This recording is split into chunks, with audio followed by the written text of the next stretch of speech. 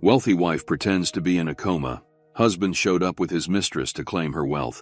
Today's story is about Emma Richards, a self-made businesswoman who built a luxury car dealership empire from nothing. She had wealth, success, and what she thought was a loving marriage, until a car accident changed everything.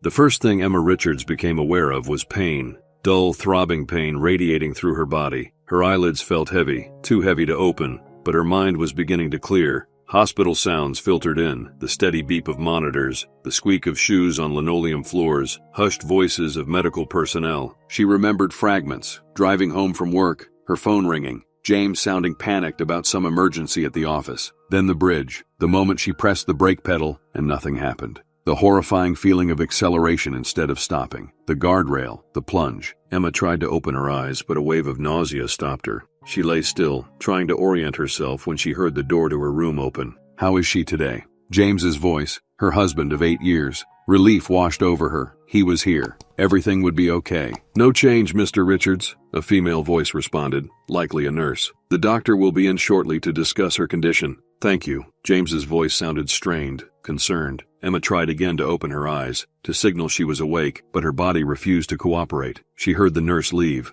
the door closing softly. Then, unexpectedly, she heard a second voice, a woman's voice, familiar. Is she still out? The voice was hushed, intimate, completely unconscious. Doctor says she might never wake up. James's voice had changed completely, no longer strained but almost relieved. So our plan worked perfectly. The woman giggled softly. Emma's mind froze. That voice, Vanessa, her personal assistant of 3 years. The brake failure worked better than we expected, James said, his voice now casual, almost cheerful. Now we just wait for nature to take its course. A soft rustle of fabric, the sound of a kiss. You're brilliant, James. I knew you could pull it off. Emma's heart began to race, the monitor beside her beeping slightly faster. She forced herself to breathe slowly, evenly, terrified they would notice she was conscious. Careful, James whispered. Even like this, she's still causing trouble. How long do we have to wait? Vanessa asked, impatience clear in her tone. Not long. I've already spoken to her lawyers. With her in this condition as her husband, I get control of everything. The dealerships, the properties, her accounts, all of it.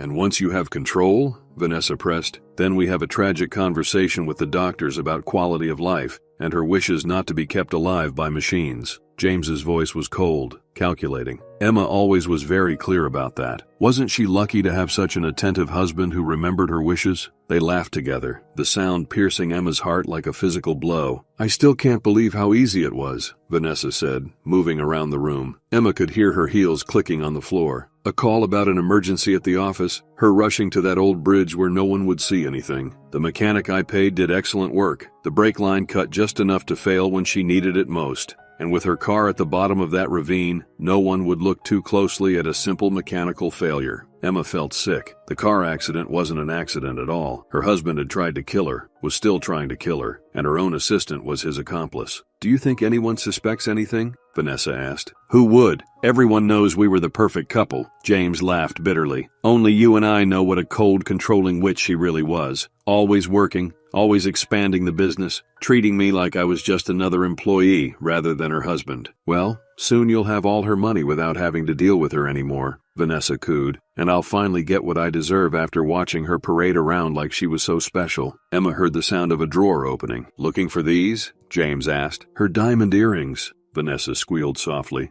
The ones she never let me borrow. Do you mind if They're yours now, baby. Everything of hers is ours now. Emma felt a presence close to her bed, could smell Vanessa's distinctive perfume. I've always known I'd look better in these anyway, Vanessa said, presumably admiring herself in a mirror. In that moment, Emma made a decision that would change everything. She would not open her eyes. She would not let them know she was conscious. She would pretend to be in a coma until she could figure out how to protect herself. Because if James discovered she was awake, he would surely find another way to finish what he'd started. The next day, Emma heard the door open and close. She kept her breathing even, her body still. Good morning, Mrs. Richards. I'm Dr. Patel. I'll just be checking your vitals. Emma felt gentle hands checking the monitors, adjusting something on her arm. She heard the doctor making notes, his pen scratching on paper. He was alone. This might be her only chance. Slowly, carefully, Emma opened her eyes just a crack. The light was blinding after so long in darkness. Mrs. Richards? The doctor gasped, leaning closer. Emma opened her eyes fully, looking directly at the startled doctor. She raised a trembling finger to her lips. Please, she whispered, her voice rough from disuse. Don't tell anyone I'm awake. Dr. Patel stared at her in shock. Mrs. Richards, this is wonderful news. Your husband will be— No, Emma rasped urgently,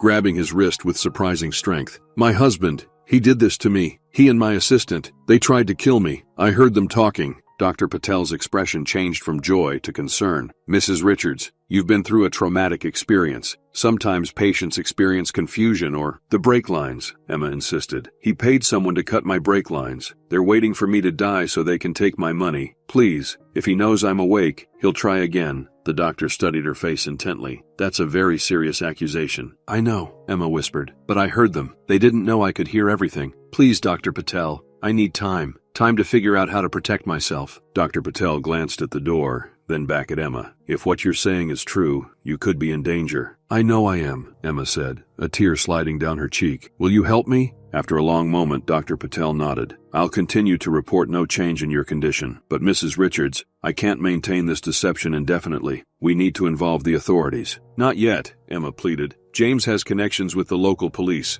I need evidence first. Please, just give me time. I'll help you, Dr. Patel finally agreed, but only for a short while. And if at any point I believe you're in immediate danger, I'll have to act. Thank you, Emma whispered, closing her eyes as they heard footsteps approaching. By the time James entered the room, Emma appeared completely unconscious again, and Dr. Patel was calmly checking her chart. Any changes, doctor? James asked, his voice perfectly calibrated to sound concerned. No significant changes, Mr. Richards, Dr. Patel replied, and Emma was amazed at how steady his voice remained. Her condition remained stable but unchanged. I see, James said, and Emma could hear the disappointment he was trying to mask. How long do you think she'll remain like this? It's impossible to say. Brain injuries are unpredictable. Some patients wake up after days, others after months or years. Some, unfortunately, never regain consciousness. And what are her chances? Of waking up, I mean. Dr. Patel paused. Given the extent of her injuries and the time that's passed without improvement, I would say the chances are increasingly slim. But we don't give up hope, Mr. Richards. Of course not, James said smoothly. I just need to be realistic about her care and what she would want. I understand. We can discuss options in my office later this week. For now, talk to her. Some patients can hear even in this state. Emma could almost feel James stiffen. They can? His voice had an edge now. Some research suggests it's possible, though in Mrs. Richards' case, given the nature of her brain activity, it's unlikely she's processing much, if anything. I see, James said, sounding relieved. Well, I'll keep that in mind.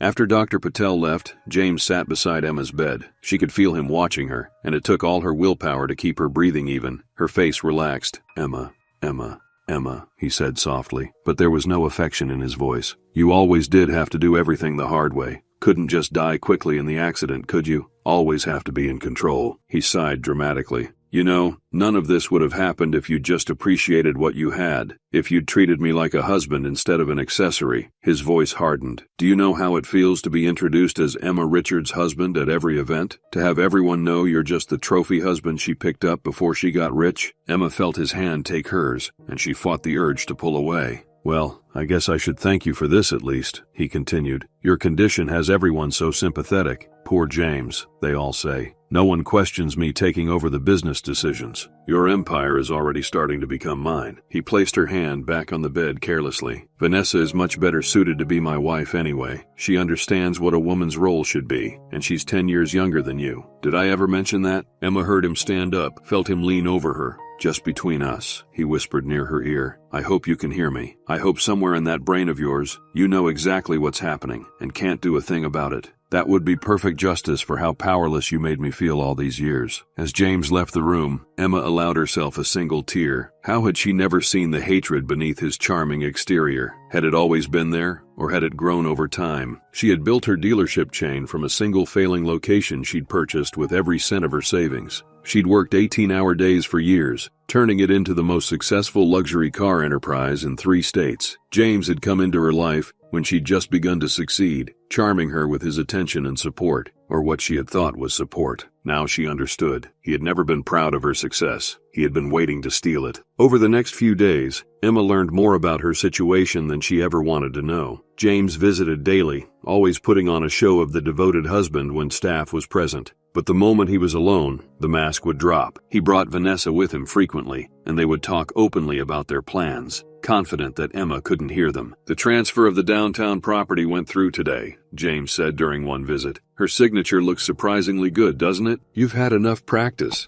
Vanessa laughed. "The way you forge it is better than her actual signature." "The benefit of watching her sign documents for years," James replied smugly. "The best part is, no one questions it. Why would they? Everyone knows I've been handling things while she's been indisposed." Emma's mind raced. He was forging her signature, transferring her properties. How many had he already stolen? How much damage had been done? "What about the dealerships?" Vanessa asked. "The main one is still tricky. That David guy is being difficult about some of the changes I want to make." "The operations manager? I thought you fired him." "I did, but he's still causing problems. Questioning the authenticity of the paperwork, suggesting we get second opinions on Emma's condition. He's too loyal to her. Can't you just replace him completely?" "Not yet. He knows too much about how she ran things. I need to learn more before I can push him out entirely. But soon." Emma felt a surge of hope. David was questioning things. David was still loyal. She had hired him 5 years ago, recognizing his integrity and intelligence. Maybe he could be an ally. Later that week, Emma heard James arguing with someone outside her door. "I told you, you're not authorized to visit her anymore," James was saying angrily. "I worked with Emma for 5 years, Mr. Richards." It was David's voice. "I just want to see how she's doing. She's exactly the same as she was when you asked last week. Unconscious, unresponsive. The doctors say there's little hope of recovery." "Then what's the harm in letting me see her?" David pressed. "I'm trying to move forward," James said, his voice taking on a wounded tone that Emma now recognized as completely false. "Having her former employees parade through here, it makes it harder to accept what's happening." 10 minutes, David insisted. "That's all I'm asking." "Fine," James relented after a pause.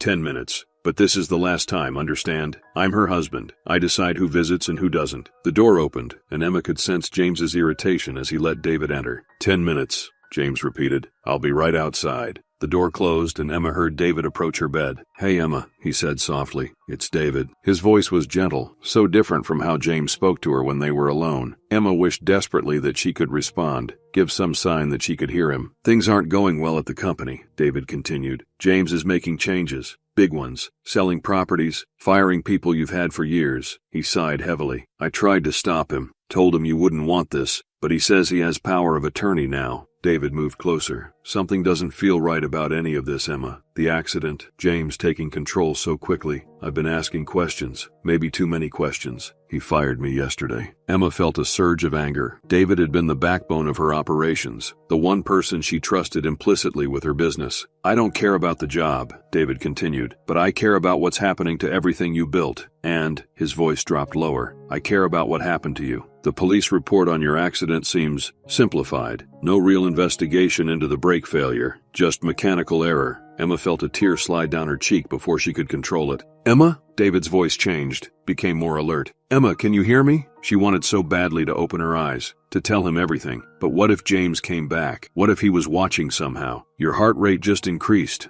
David said, and Emma could hear the growing excitement in his voice. "And that tear. Emma, if you can hear me, I'm going to find out what really happened. I promise you that." The door opened abruptly. "Time's up," James said coldly. "I was just saying goodbye," David replied, and Emma could hear the new determination in his voice. "Well, now you have. Don't come back, David. You're no longer welcome here." After David left, James approached Emma's bed. "Loyal employees," he scoffed, "always sticking their noses where they don't belong. Don't worry, dear wife. He won't be a problem much longer." Emma's thoughts raced. She needed to find a way to communicate with David. But how? How could she reach out without James discovering she was conscious? 2 weeks after Emma first regained consciousness, she overheard a conversation that chilled her to the bone. "I'd like to discuss end-of-life options for my wife," James was saying to Dr. Patel. They were standing just inside her room, James having requested a private consultation. "Mr. Richards, while your wife's condition has not improved, it hasn't deteriorated either," Dr. Patel replied cautiously. "It's quite early to be having this discussion." "Doctor, I know my wife. Emma was always very clear about not wanting to be kept alive by machines if there was no hope of recovery. You said yourself that her chances of waking up diminish with each passing day." "That's generally true, but—" "I need closure, doctor," James interrupted, his voice cracking with what Emma knew was fake emotion. "Seeing her like this, day after day, it's destroying me, and managing her business affairs while dealing with this emotional toll, I'm barely holding it together. Dr. Patel was silent for a moment. Mr. Richards, I understand this is difficult, but we typically don't consider removing life support until all possibilities of recovery have been exhausted. Your wife is breathing on her own. Her brain shows activity. These are positive signs. But she's not waking up, James pressed. How long do I have to wait before we can make this decision? Weeks? Months? Years? That's not what Emma would want. Let me be clear, Dr. Patel said firmly. As her physician, I would not support removing care at this stage. It would be premature and, in my professional opinion, inappropriate. I see, James said, his voice cooling. Perhaps I should speak with the hospital administration about bringing in another doctor for a second opinion, someone who might be more understanding of our situation. That is your right, Dr. Patel replied stiffly, but I'm confident any ethical physician would give you the same answer at this stage. We'll see about that, James said. Thank you for your time, doctor. After Dr. Patel left, James approached Emma's bed. You always did inspire such misplaced loyalty, he muttered. First David, now this doctor. But it doesn't matter. I'll find someone more cooperative, someone who understands that sometimes letting go is the kindest option. Emma felt terror rising within her. James was actively trying to remove her life support. He wasn't content to wait for nature to take its course anymore. He wanted her dead, and soon. Later that evening, when the room was quiet and Emma was alone, the door opened softly. Light footsteps approached her bed. Mrs. Richards, it's Sarah, your night nurse. Emma kept perfectly still, maintaining her comatose appearance. I'm just checking your vitals, Sarah continued, adjusting something on the monitors. Then, her voice dropped to a whisper. Dr. Patel asked me to keep a special eye on you, to let him know if anything unusual happens with your husband's visits. Emma felt her pulse quicken slightly. Your heart rate just increased, Sarah noted. I've been watching you for a while now, Mrs. Richards. I've noticed things. How your heart rate changes when certain people are in the room, the tear when your manager visited, the tension in your face when your husband is here. Sarah leaned closer. Mrs. Richards, if you can hear me, I want you to know you're not alone. Dr. Patel has concerns, and so do I. If you can hear me, if you're in there, blink. Emma hesitated. Could she trust this nurse? What if it was a trap set by James? Your husband isn't here, Sarah reassured her, as if reading her thoughts. It's just you and me. If you can hear me, please give me some sign. Taking a leap of faith, Emma slowly opened her eyes. Sarah gasped softly, her eyes widening. You are conscious, she whispered. Please, Emma rasped, her voice weak from disuse. He can't know. Your husband? Emma nodded slightly. He did this to me. The accident. He wants me dead. Sarah looked stunned. Dr. Patel suspected something wasn't right, but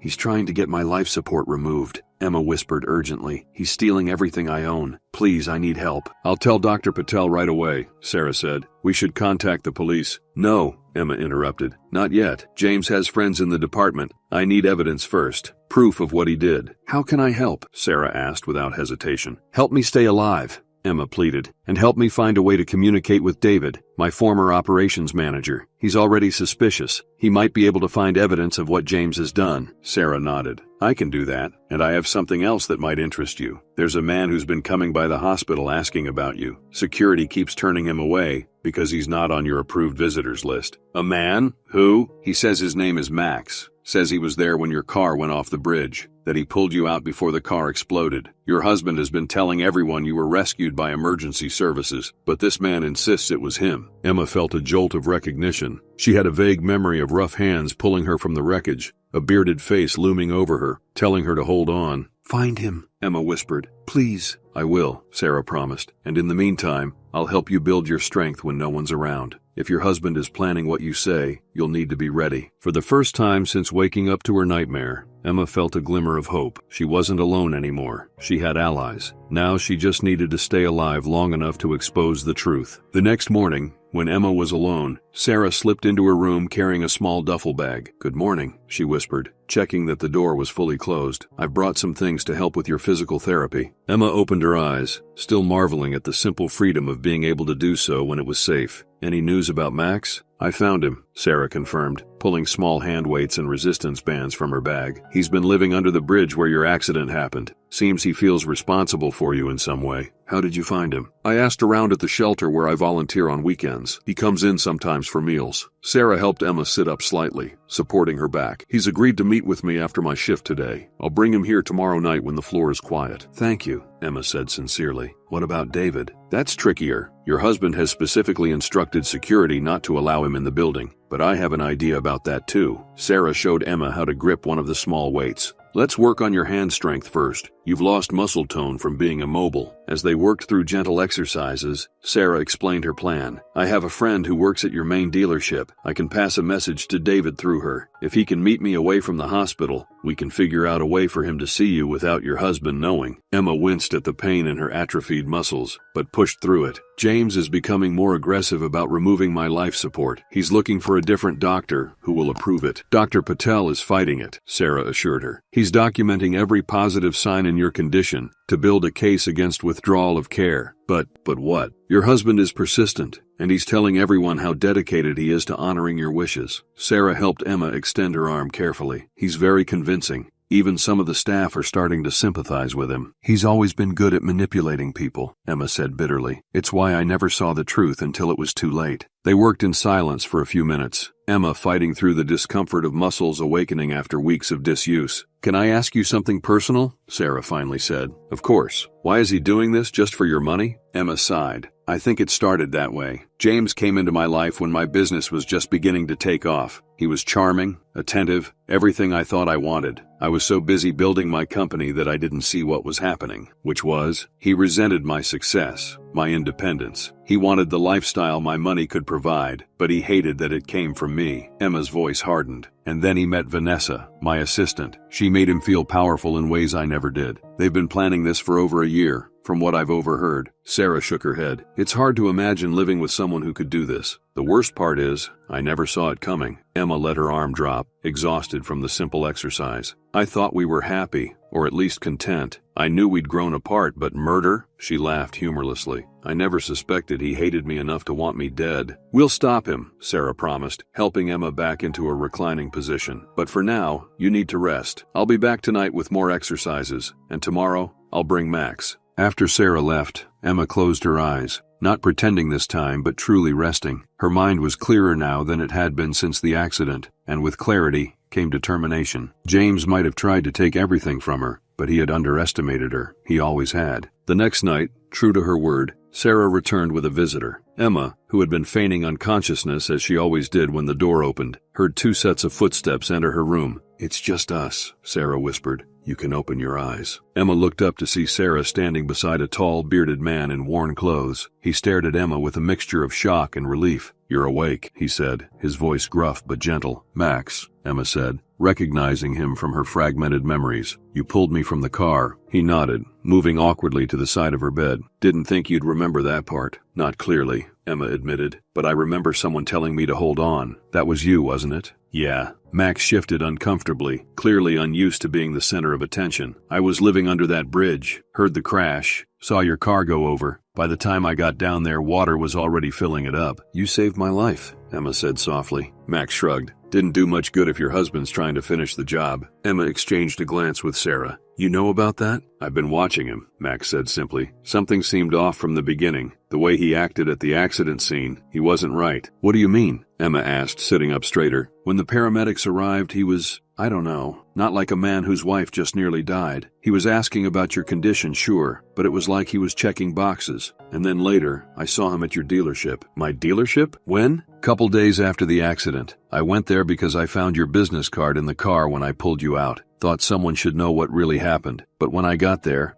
I saw him in the parking lot with that woman. Vanessa, Emma supplied. Yeah, her. They were celebrating, hugging, laughing. It wasn't right. Max's eyes darkened. So I started paying attention, and then I overheard them talking about the brakes. Emma's heart raced. You heard them admit to tampering with my car? Max nodded. They didn't see me. I was collecting cans from the dealership dumpster. They were in the back lot, thought they were alone. The woman, Vanessa, she was worried about the police investigation. Your husband told her not to worry, that he'd paid the mechanic well to make it look like simple brake failure from wear and tear. Max, Emma said urgently, would you be willing to tell this to the police? He hesitated. Police and I don't exactly get along. And who would believe me over a rich businessman? They would if we had proof, Sarah interjected. Max, did you happen to see which mechanic they were talking about? Better than that, Max said, reaching into his jacket pocket. I went to the junkyard where they took your car. Security's pretty lax there at night. I found these." He pulled out a plastic bag containing what looked like damaged brake line components. "The mechanic cut the line most of the way through, but made it look like normal wear," Max explained. "These parts still have the tool marks on them. A forensic expert could prove it wasn't accidental failure." Emma stared at the evidence in amazement. "Max, I don't know what to say." "Don't say anything yet," he replied, putting the parts away carefully. "We still need to catch them admitting what they did. Your word against his isn't enough, and these parts alone won't prove who did the cutting." Sarah touched Emma's shoulder. "I have more news. I got a message to David. He's going to meet me tomorrow at the coffee shop across the street. I told him it was about you, but I didn't explain everything yet." "Good," Emma said, her mind racing with possibilities. "We need to be careful about how much we share and with whom. James has been forging my signature on documents. David might be able to help prove that." "There's something else you should know," Sarah said hesitantly. "Your husband came by earlier today while you were sleeping. He was with another doctor, a specialist from another hospital. They were discussing your condition, and the new doctor seemed much more amenable to the idea of withdrawing care." Emma felt cold fear wash over her. "How soon?" "I'm not sure, but from what I overheard, they're talking about making a decision within the week." "Then we don't have much time," Emma said firmly. "We need to coordinate our efforts. Sarah, when you meet with David tomorrow, bring him up to speed, but be careful. If James suspects anything, he could accelerate his plans." "I'll be careful," Sarah promised. "Max," Emma continued, "can you keep those brake components safe? They're our best physical evidence." He nodded. "Got them hidden where no one will find them." "Good. And I need to keep building my strength," Emma said, determination hardening her voice. "When the moment comes to confront James, I need to be ready." As they finalized their plans, Emma felt something she hadn't experienced since before the accident. Purpose. She wasn't just surviving anymore, she was fighting back, and with these unexpected allies at her side, she finally had a chance at justice. The following evening, Sarah returned to Emma's room looking energized. "I met with David," she said as soon as she'd closed the door. "He's been investigating James on his own. He's gathered quite a bit of evidence already." Emma sat up eagerly. "What kind of evidence?" "Financial records showing James has been systematically transferring your assets to new accounts under his control, forged signatures on legal documents, and he's found a pattern in James's past that you might find interesting." "What pattern?" Sarah helped Emma with her exercises as she explained. "Before James met you, he dated 2 other wealthy women. Both relationships ended when the women suddenly experienced financial problems. One lost her business in what appeared to be a series of bad investments. The other had her identity stolen, resulting in massive debt. You think James was responsible?" "David is certain of it. He's been tracking down these women. One of them is willing to talk about what happened." Emma processed this information as she worked on strengthening her legs. "So I wasn't his first target, just his most ambitious one." "Exactly. But here's the good news. David has contacts in the district attorney's office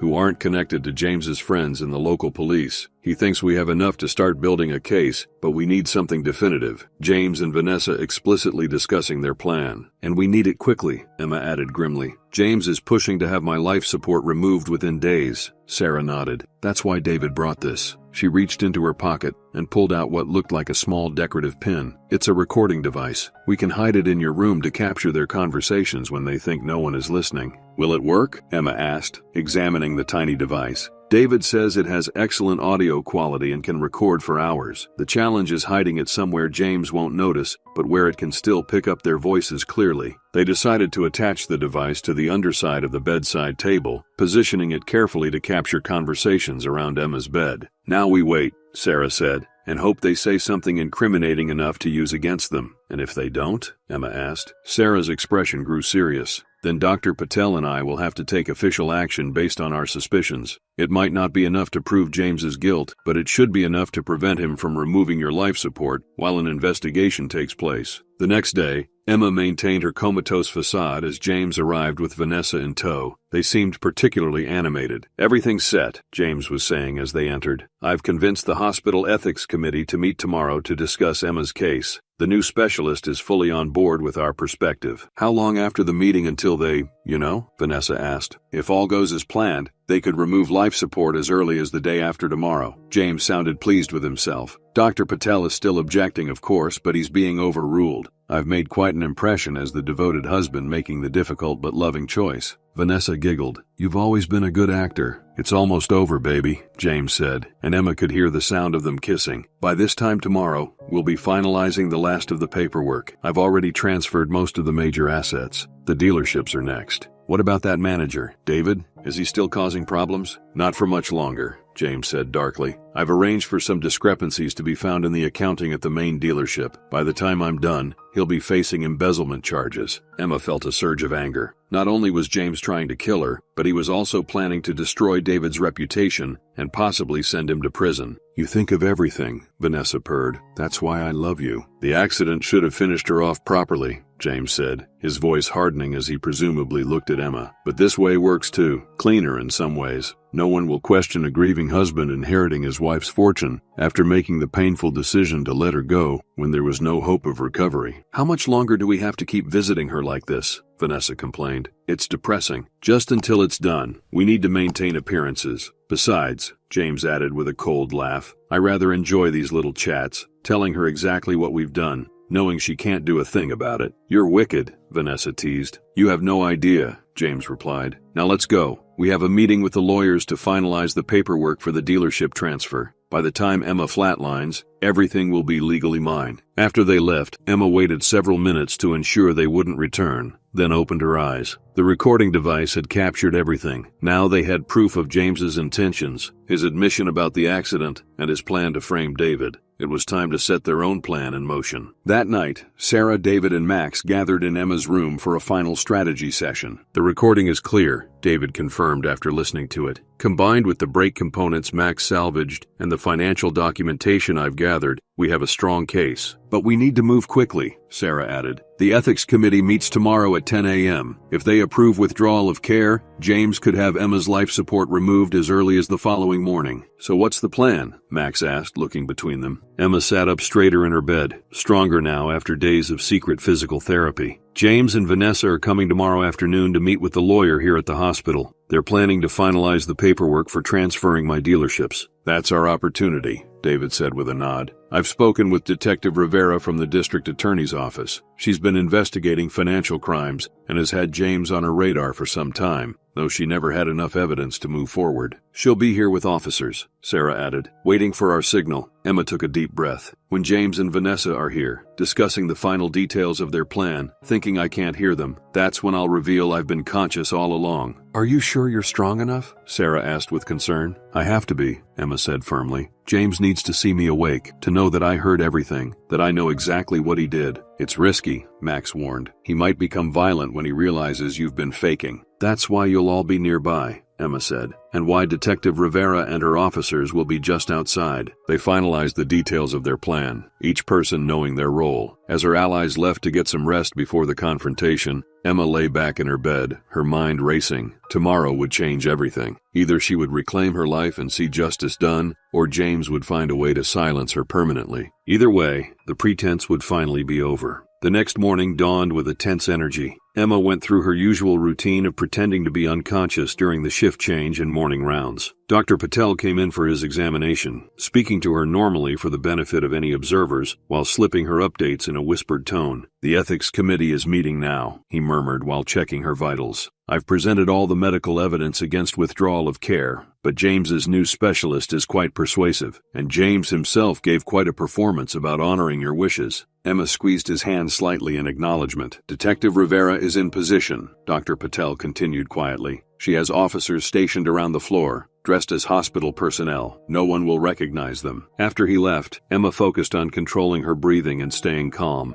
Everything hinged on timing now. Sarah had helped her apply a minimal amount of makeup early that morning, enough to give her some color, but not enough that James would notice. The recording device was in place, with a fresh battery to ensure it captured everything. Around noon, Sarah slipped in to give Emma an update. The ethics committee approved withdrawal of care, she said grimly. They've scheduled it for tomorrow morning at 9 a.m. Emma felt a chill run through her. Then this is our only chance. James and Vanessa are coming at 2 p.m. with the lawyer. David and Max are already in position. Detective Rivera has reviewed all our evidence and is prepared to make arrests based on what she already has, but the recording we get today will seal the case. Sarah helped Emma sit up and stretch. working through their now familiar routine of exercises designed to prepare her for what was coming. By the time Sarah left to take her position, Emma felt as ready as she could be. At precisely 2 p.m., Emma heard James's voice in the hallway, along with Vanessa's, and a third voice she didn't recognize, presumably the lawyer. She settled back into her coma position, eyes closed, breathing even, face relaxed. The door opened, and 3 people entered. "As you can see, counselor, my wife's condition remains unchanged," James was saying, his voice carrying that perfect note of practiced grief. "The ethics committee has approved withdrawal of care for tomorrow morning." "I understand, Mr. Richards," the lawyer replied. "And you're certain this is what your wife would want?" "Absolutely," James affirmed. Emma was always clear about not wanting extraordinary measures if there was no hope of recovery. "As painful as it is,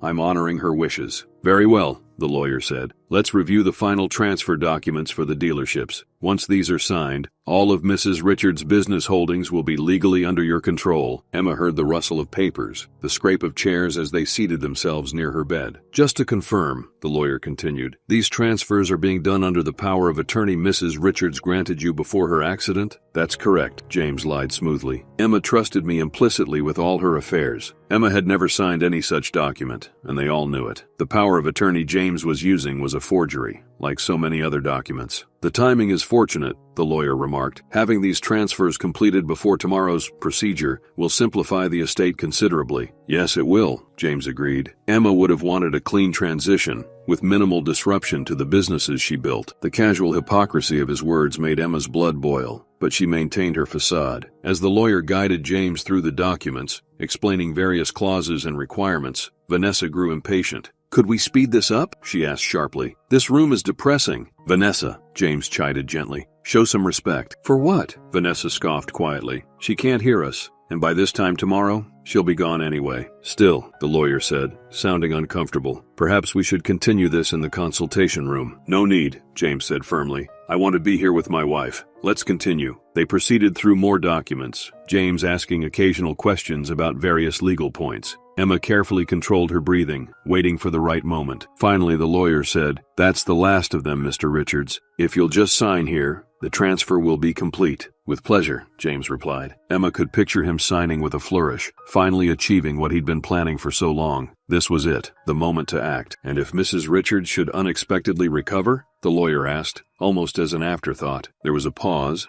then James laughed softly. "She won't, but hypothetically," the lawyer pressed, "these transfers would be subject to challenge if she were to regain consciousness and dispute them." "Trust me, counselor," James said coldly. "That won't be an issue after tomorrow. I simply want to be clear about all possibilities," the lawyer insisted. "As your legal advisor—" "The accident should have killed her," Vanessa interrupted impatiently. "We wouldn't even be having this conversation if the brake line had failed properly." "Vanessa," James hissed. "Not now." "What? He's your lawyer, isn't he? And she can't hear us." Vanessa's voice grew closer to Emma's bed. "Look at her. Completely gone. Just an empty shell taking up space." The lawyer cleared his throat uncomfortably. "I think we should— By this time tomorrow, we'll finally be free of her," James said, his voice now stripped of all pretense of care or concern. "The ventilator comes off at 9 a.m., and that's that. The doctors say it shouldn't take long after that." Emma had heard enough. It was time. Slowly, deliberately, she opened her eyes. The room came into focus. James and Vanessa standing near the foot of her bed, the lawyer gathering papers by the window, all 3 with their backs to her. Emma pushed herself up slightly and said in a clear, steady voice, "I wouldn't want that at all, James." The effect was instantaneous. The lawyer dropped his papers. Vanessa screamed, and James turned slowly, his face draining of color as he stared at his very conscious wife. "Emma," he whispered, shock and horror mingling in his expression. "Surprise," Emma said, her voice stronger than even she had expected. "I've been awake for weeks." That's impossible," James stammered. "The doctor said—" "They said what I asked them to say," Emma cut him off. "After I overheard you and Vanessa celebrating your successful plan the day I regained consciousness." Vanessa backed toward the door. "She's confused. Brain damage. She doesn't know what she's saying." "I know exactly what I'm saying," Emma countered. "I know you tampered with my brakes. I know you've been forging my signature and stealing my assets. And I know you were planning to finish the job tomorrow by removing my life support." James seemed to recover himself, his shock giving way to calculation. "Emma, darling, you've been through a traumatic experience. Your mind is playing tricks." "Save it, James," Emma interrupted. I heard everything. Every conversation, every plan, every cruel remark you made at my bedside thinking I couldn't hear you. The lawyer moved toward the door. I should go. This is clearly a private. Stay right there, ordered a new voice as the door opened. Detective Rivera entered, flanked by 2 uniformed officers. No one is leaving yet. James's eyes darted between Emma and the detective. What is this? James Richards, Detective Rivera said formally. You're under arrest for attempted murder, fraud, and conspiracy. This is ridiculous, James protested, his charm instantly returning. My wife has just awakened from a coma. She's confused, disoriented. Whatever she thinks she heard, we don't need her testimony, the detective cut in, though it will certainly help. She held up a small device. We have recordings of your conversations in this room, very incriminating conversations. You can't record people without their knowledge, James argued. That's illegal. Any recordings would be inadmissible. Actually, David said, entering the room with Sarah and Max behind him, in this state, only one party needs to consent to a recording. Emma consented. And we have more than just recordings, Max added, stepping forward with the plastic bag containing the brake components. Physical evidence of tampering with her car. Vanessa suddenly made a break for the door, shoving past one of the officers, but was quickly apprehended in the hallway. James's facade finally cracked, his face contorted with rage as he looked at Emma. You stupid bitch. You couldn't just die, could you? Always have to be in control, always have to win. Officers, Detective Rivera nodded, and the police moved to handcuff James. As they led him away, James turned back to Emma, his eyes burning with hate. You think this is over? You've got nothing. I'll be out on bail by tonight. Emma met his gaze steadily. I heard everything, James. Every plan, every lie. And now, everyone else will hear it too. After James and Vanessa were taken away, the room fell silent. The lawyer stood awkwardly by the window, clutching his briefcase. Mrs. Richards, I had no idea. I was told the power of attorney was legitimate. Save it, David said sharply. The DA will want to speak with you about your role in all of this. As the lawyer was escorted out, Emma finally let herself relax against the pillows. It was over. After weeks of pretending, of lying completely still, while her husband plotted her death, she was finally free. Sarah rushed to her side, checking her vitals. Are you okay? That must have been incredibly stressful. Emma nodded, suddenly exhausted. It was worth it. Thank you. All of you. I wouldn't have survived without your help. What happens now? Max asked, shoving his hands in his pockets awkwardly. Now, Emma said with determination, I take back what's mine and build something better. 3 weeks later, Emma stood at the entrance to her main dealership, supported by a cane, but standing proudly on her own. The building looked different somehow, brighter, full of possibility. Ready? David asked, standing beside her. Emma took a deep breath and nodded. More than ready. As they walked through the front doors, employees stopped what they were doing, turning to stare in amazement. Word of Emma's recovery and James's arrest had spread, but few had seen her in person since before the accident. Mrs. Richards, one of the receptionists gasped, rushing forward. We had no idea you were coming in today. I thought it was time, Emma said with a smile. Time to come home. The news of her arrival spread quickly through the building. Staff members appeared from offices in the service area, gathering in the main showroom. Emma recognized faces. Some had been with her for years. Others were newer, hired during her absence. I want to thank you all for keeping this place running during my absence, Emma addressed the group. I know it hasn't been easy, especially with the confusion of the past few months. An understatement, of course. James had fired loyal employees, hired his own people, and begun dismantling the culture Emma had carefully built. The damage would take time to repair. I also want to introduce, or reintroduce for some of you, David Chen, Emma continued, gesturing to her side. As you may have heard, David was instrumental in uncovering what really happened during my accident. As of today, he's officially my chief operations officer. Applause broke out, especially from the longtime employees who knew and respected David. There will be changes in the coming weeks, Emma continued. Some necessary restructuring, but I want you all to know that this company is back in my hands, and together, we're going to make it stronger than before.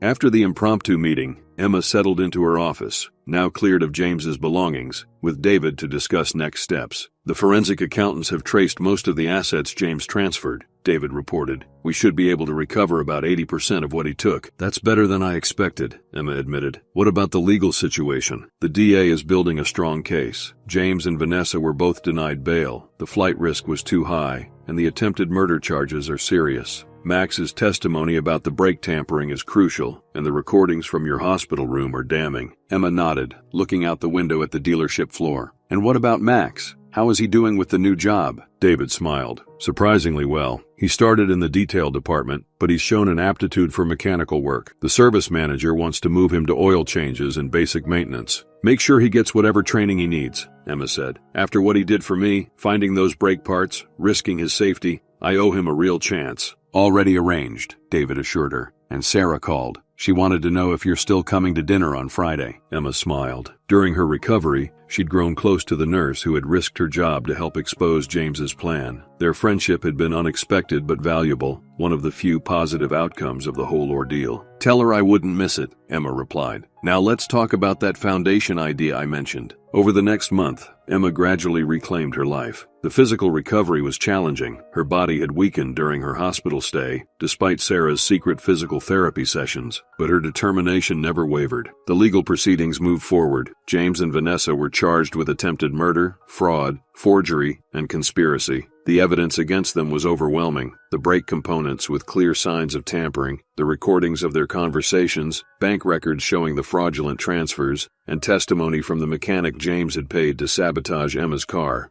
The mechanic, facing his own charges, had agreed to testify against James in exchange for leniency. His detailed account of how James had approached him, what he'd been paid, and exactly what he'd done to ensure the brakes would fail at high pressure, sealed the case. 6 months after Emma had first opened her eyes and heard her husband plotting her death, she hosted a small gathering at her home. Not the mansion she had shared with James, but a new place, modern and open, with none of the painful memories of her old life. Sarah arrived first, bringing a bottle of wine and a warm hug. You look amazing, she said, stepping back to admire Emma's recovery. The cane is gone. As of last week, Emma confirmed. Physical therapy finally paid off. David and his wife arrived next, followed by Max, almost unrecognizable in clean clothes, his beard neatly trimmed, his face healthier after months of regular meals and stable housing. The place looks great, Max said awkwardly, clearly still uncomfortable in social situations but making an effort. Thank you, Emma replied warmly. How's the new apartment? Still getting used to having 4 walls and a roof, Max admitted with a small smile. But it's good, really good. Emma led them to the patio overlooking the city lights. As they settled into comfortable chairs, she felt a sense of peace she hadn't experienced in a long time. I have news, she announced once they all had drinks in hand. The Emma Richards Foundation is officially up and running. Our first initiative will be a partnership with the downtown shelter to provide job training and transitional housing for homeless individuals. That's wonderful, Sarah said, squeezing Emma's hand. I know that's been a dream of yours since the hospital. It has, Emma acknowledged. And I have more news. The jury returned a verdict today in James and Vanessa's trial. The group fell silent, waiting. Guilty on all counts, Emma said simply. James will serve a minimum of 25 years. Vanessa got 15. A collective sigh of relief passed through the group. Justice had been served. To new beginnings, David proposed, raising his glass. And to unexpected friendships, Emma added, looking around at the unlikely allies who had become her closest friends. Without you, I wouldn't be here. You didn't just save my life, you helped me build a better one. As the evening continued, Emma found herself stepping away for a moment of solitude. Standing at the edge of her patio, looking out at the city lights, she reflected on how completely her life had changed. She had lost her marriage, discovered terrible betrayal, and faced death. But in the process, she had found something far more valuable, people who stood by her, not for what she could give them, but for who she truly was. Sarah joined her by the railing. Penny for your thoughts? Emma smiled. I was just thinking about how strangely life works. James thought he was taking everything from me, my business, my wealth, my life. But in trying to destroy me, he actually gave me something priceless. What's that? Sarah asked. Clarity, Emma replied. About what matters. Who matters? She glanced at Sarah, their eyes meeting with unspoken understanding. The friendship that had begun in that hospital room had grown into something deeper, more meaningful than either had expected. I'd go through it all again, Emma said softly, if it meant ending up right here. The next morning, Emma drove herself to the hospital for one final checkup. As she walked through the corridors where she had once been confined, she felt a strange sense of gratitude. This place had been her prison, but also where she had found the strength to fight back. Dr. Patel greeted her with a warm smile. Mrs. Richards, it's good to see you up and about. How are you feeling? Better than I have in years, Emma replied truthfully. And please call me Emma. After a thorough examination, Dr. Patel declared her fully recovered. Physically, you're in excellent health, and mentally, well, you've shown remarkable resilience. I had help, Emma acknowledged.